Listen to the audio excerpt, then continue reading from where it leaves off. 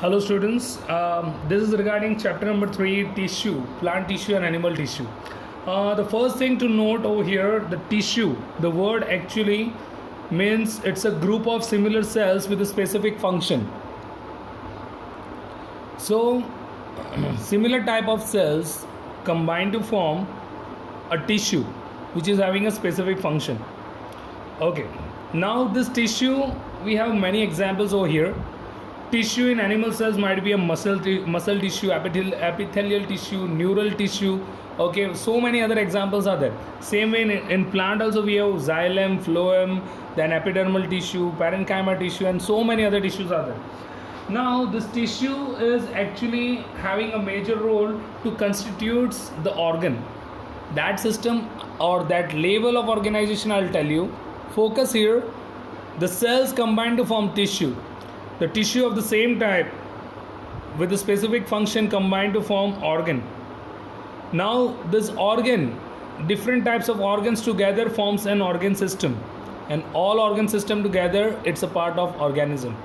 So organism consists of organ system. We'll take an example of human having organ system like a digestive system. Having organ in digestive system is stomach, intestine, esophagus, okay, mouth, and every other organ.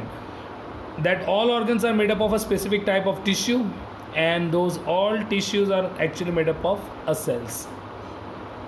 Moving to the main part of the chapter, here we are going to focus on a type of tissue, and especially we are first focusing on the plant tissue. So first we have a plant tissue. Now plant tissue categorized into meristematic tissue and permanent tissue. Plant tissue categorized into meristematic and permanent.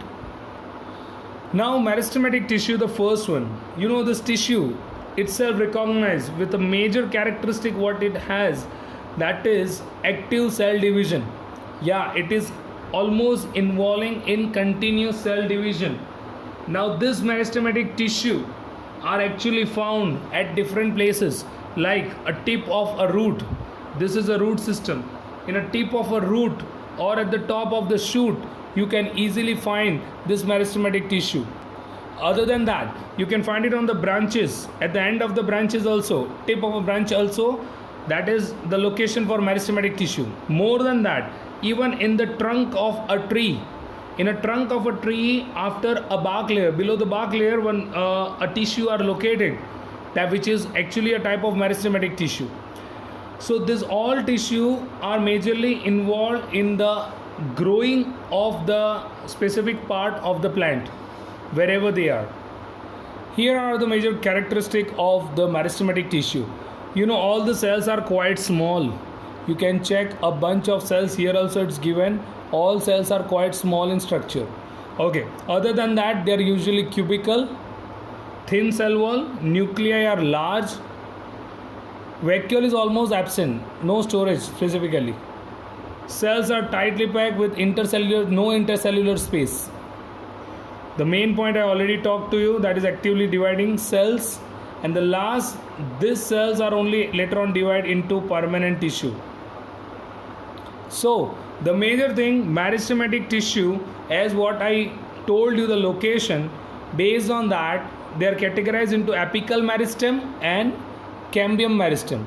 Yeah, you can remember this word in that way, apical and cambium. Apical location is this top of the shoot or tip of the root, you can say, or might be the branches also. Transverse branches are also the location for apical meristem. And the cambium, or it is even called as lateral meristem, it is the location below the bark layer in the stem.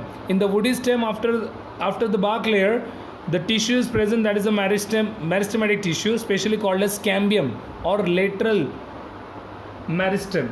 Okay, it is responsible for increasing the diameter of this trunk. This diameter of the trunk, it's being increased with the help of this cambium. Moving to the next part is a permanent tissue. As I told you, permanent tissues actually arise from the meristematic tissue only, because meristematic tissues will not exactly continuously divide. After some time it has to be converted into permanent. For what reason? For maintaining shape, for maintaining size of that plant. You know, many different plants are there in a herb category, shrub category, or in a trees category, or the size of the leaf or the size of the trunk, everything may differ in different plants. That is just because the meristematic tissue in all different plants are converted into permanent tissue. Now this permanent tissue will be categorized based on its function in three categories: protective, supportive, and conductive permanent tissue. Moving to the first part, protective permanent tissue. Now protective permanent tissue example, we have its epidermis of leaves. Epidermis, you know, to understand I have to give you example. This epidermis is like upper layer available, or upper layer of tissue or cells available in all leaf, stem and roots. This is a diagram for leaf. This is the internal structure of leaf, and in that I made some group of cells. In that, can you focus in this particular cell, this one? Yeah, this cells, this elongated cells what I have drawn, that is the epidermal tissue or epidermis, upper epidermis, lower epidermis. Okay, this tissue are having a role to protect the cells, internal part of the cells. Other than that, on the upper layer of the leaf, it's a waxy coating, and that wax coating is there of cuticle. So cuticle I made at the top. This light blue color structure what you can observe, it is a cuticle layer. The thickness of the cuticle decides the rate of transpiration done from the plant. Transpiration means loss of water in form of water vapor. So if this cuticle is more thicker, then water vapor loss will be very less. If this layer is very thin, then definitely more amount of water will be lost by the plant. So this protective tissue, that is epidermis, is having a role to even working as a waterproof layer and avoiding the loss of water. This is regarding the major tissue, that is supportive permanent tissue, parenchyma, collenchyma and sclerenchyma. These three type of tissues are there. Now all three tissues are having some specific identity to recognize. See, the parenchyma tissue having the cells either in oval, circular or polygonal in shape. So you can see it's a bigger size and in different shape it is available. Okay, in that the green color one you can see it's a vacuole. The big vacuole is available and it's having a nucleus. Now this is a leaving cell and majorly available. The location, this is the location. The location of parenchyma is cortex of the root or pith. Actually internal part of root, whenever you will observe, internally in the root section, many different type of structures are available, many different type of cells are available. This is the diagram of internal structure of root. Now in that you can see many different type of cells are available. Amongst that, this is the major area called as cortex. Yeah, this cortex of the root, that is a big size of cells which are involved in the process osmosis. Last year might be you studied. So that particular group of cells are actually made up of parenchyma tissue. So this cortex of the root, that is the location. Other than that, a pith is there, that is the location for this parenchyma tissue. This tissue is just providing a temporary support and major having a work to store the food, especially in a potato you can consider. Now next is collenchyma. The cells are only looking quite elongated, long tissues are there, long cells are there. Okay, that is the identity, and its cell wall is quite thicker. Okay, so it's having a thick cell wall, because that cell wall can be made up of, or cell wall is made up of lignin. These tissues are majorly located at the leaf stalk, that is the base of the leaf from where we are holding the leaf, and below epidermis of the stem. Okay, after this epidermis layer what we have talked, this is in the leaf. Okay, same way this kind of cells are available in the stem also. So below that epidermis layer in the stem, you'll have a type of tissue available, that is a collenchyma tissue, and it's having a major role to give us support, permanent support to the different parts of the plants. Moving to the next is sclerenchyma. The sclerenchyma tissue are quite long, narrow, and mostly they are dead. Now this cell wall of this all dead cells are made up of a lignin. So cell wall is there and it's made up of a material named as lignin. So lignin makes that structure quite harder, okay, and that's why it's having a major role for providing an actual support, permanent support. This tissue is majorly located in the veins of the leaf. Okay, veins of the leaf, especially in the leaf, there are major veins available. Other than that, if you will see internally also, many different veins are there for transportation of water and different food sources. So this leaf veins are actually made up of this sclerenchyma tissue. Even there are some more example of this sclerenchyma tissue, like walnut shell, or even a gritty masses in the pulp of pear. The major pulp of pear and the walnut shell over there, this sclerenchyma tissues are only available, which are known as a stone cells. Yeah, that is another word used for this. Other than that, some ropes, mats, and certain textile fibers are actually made with the help of this sclerenchyma tissue only. Till now we have seen all the simple tissue, but it's a time now for having a complex tissue. A complex tissue means a tissue having a different type of cells involved and having the different type of function. That means the different cells together performing a different functions. Yeah, this kind of different cells forming different tissue, and those tissue together, it's making a complex tissue. And the example over here is a xylem and phloem. You can see xylem and phloem. This xylem, it's actually involved in conduction of water, whereas phloem involved in the conduction of food. So water and minerals are being transported through this xylem.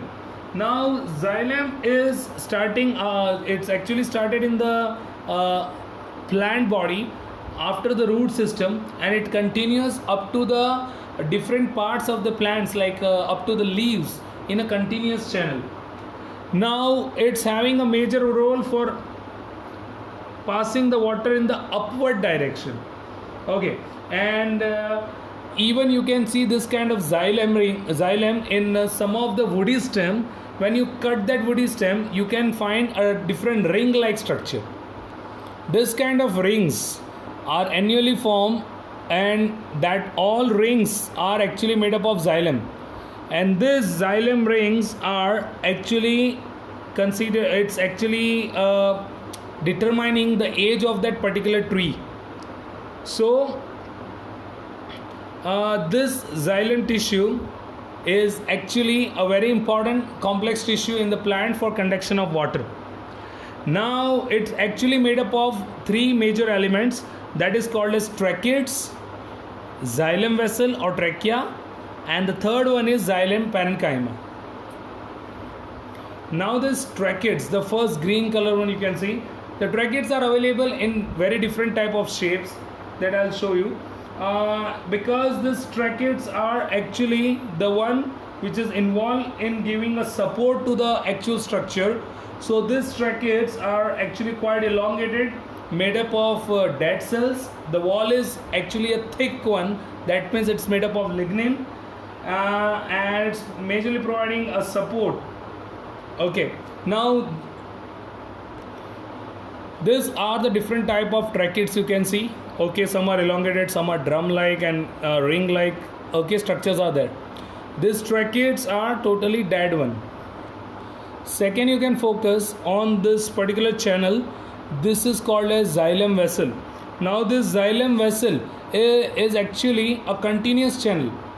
Actually there might be previously it's a cell separation by having this kind of wall in between, but that wall get dissolved and a channel becomes continuous.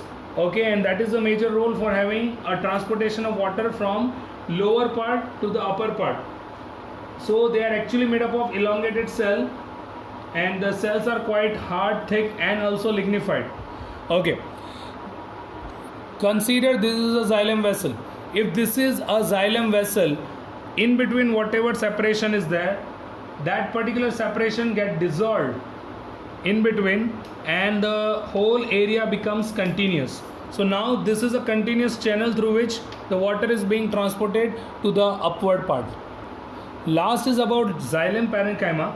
It's a living cell and it's having a major role for storage of food. I think we have already seen here a parenchyma tissue. Same way here it's a parenchyma of xylem. Okay, and that is having a role for storage of food and also helping in the conduction of water and minerals. Okay, this is how all the structures are together involved in the xylem tissue. Now the last conductive tissue what we have, it's phloem, and this is the last plant tissue also. This phloem is having a role for conduction of food. The food manufactured by leaves are transported in the downward direction and also in upward direction with the help of this phloem. And this phloem consists of different type of cells together. Here the first one, you can observe the cells are available. That is the first one named as sieve tubes. You can consider these are sieve tubes or sieve cells. These are the sieve tubes or sieve cells. Okay, these cells are having a plate in between. This is a sieve plate. Yeah, this plate is considered as a sieve plate. Okay, which is actually involved in transportation of food in a proper manner in the downward direction. Now this particular sieve tubes are actually extended from top to bottom in the whole plant because it consists of elongated cells. Now to support these sieve tubes for conduction of food, one more cell is there, that is a companion cell. It's kind of a parenchyma tissue only, okay, which is attached with the sieve tube cell and involved in the conduction of food, supporting the conduction of food to the sieve tubes. Now next one is the phloem parenchyma. The phloem parenchyma is like a xylem parenchyma over here. It is involved in the storing of food and mainly concerned with the storage of starch, fat, and some other organic matter. Last one is a phloem fiber also is there. Okay, might be you can consider this is a phloem fiber, and that phloem fiber is actually made up of sclerenchyma tissue which are involved in providing a support. So phloem tissue should be remain in a distant manner. Distant means straight manner. That is actually possible with the help of phloem fibers available. So this all tissue together, they are making a tissue that is a conductive tissue, that is actually one type of conductive tissue, that is a phloem, which is involved in the conduction of food. Now collectively xylem and phloem are actually forming a vascular bundle. Vascular means vessel. Okay, a bundle of vessel, that is xylem and phloem together. So it is named as vascular bundles. Both of this together named as vascular bundle. The veins of the leaves. Okay, and they are involved majorly in the conducting this all different water and food substances in the whole plant. This is regarding the first part of the tissue, that is a plant tissue. Thank you all.